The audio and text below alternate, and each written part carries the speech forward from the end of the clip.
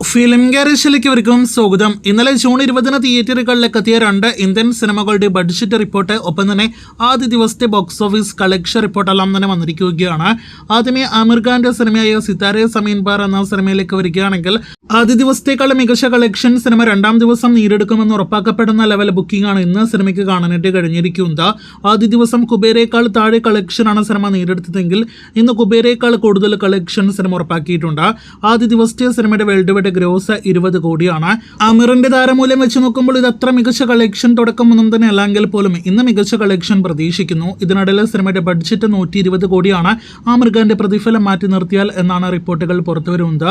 കാത്തിരിക്കൂ സിനിമയുടെ കൂടുതൽ കളക്ഷനായിട്ട്. ഇനി ധനുഷ് നാഗാർജുന കോമ്പോയിൽ തിയേറ്ററുകളിലേക്ക് എത്തിയ തെലുഗു സിനിമ കുബേരയുടെ കളക്ഷനിലേക്ക് വരികയാണെങ്കിൽ സിനിമയ്ക്ക് പ്രതീക്ഷ ലെവൽ വേൾഡ് വൈഡ് ഗ്രോസ് ആദ്യ ദിവസം വന്നിട്ടില്ല. 35 കോടിയിൽ പരം വേൾഡ് വൈഡ് ഗ്രോസ് പ്രതീക്ഷ സ്ഥാനത്ത് സിനിമയ്ക്ക് ആദ്യ ദിവസം 28 കോടിയിൽ പരം വേൾഡ് വൈഡ് ഗ്രോസ് നേടിയെടുക്കാനായിട്ട് കഴിഞ്ഞിട്ടുള്ളൂ. ധനുഷിന്റെ സ്വന്തം സംസ്ഥാനമായ തമിഴ്നാട്ടിൽ 10 കോടിക്ക് മുകളിലെ കളക്ഷൻ പ്രതീക്ഷ സ്ഥാനത്ത് 4 കോടിയിൽ പരമാണ് ആദ്യ ദിവസം സിനിമയ്ക്ക് ഗ്രോസ് വന്നിരിക്കുന്നത്. അപ്പോൾ പ്രതീക്ഷ അത്ര തുടക്കം സിനിമയ്ക്ക് തമിഴ്നാട്ടിലും വേൾഡ് വൈഡ് കളക്ഷന്റെ കാര്യത്തിലും വന്നിട്ടില്ല. 11 കോടിയിലധികം ഗ്രോസ് ആണ് സിനിമ ആദ്യ ദിവസം തെലുഗു സംസ്ഥാനങ്ങളിൽ നിന്ന് മാത്രം നേടിയെടുത്തിരിക്കുന്നത്.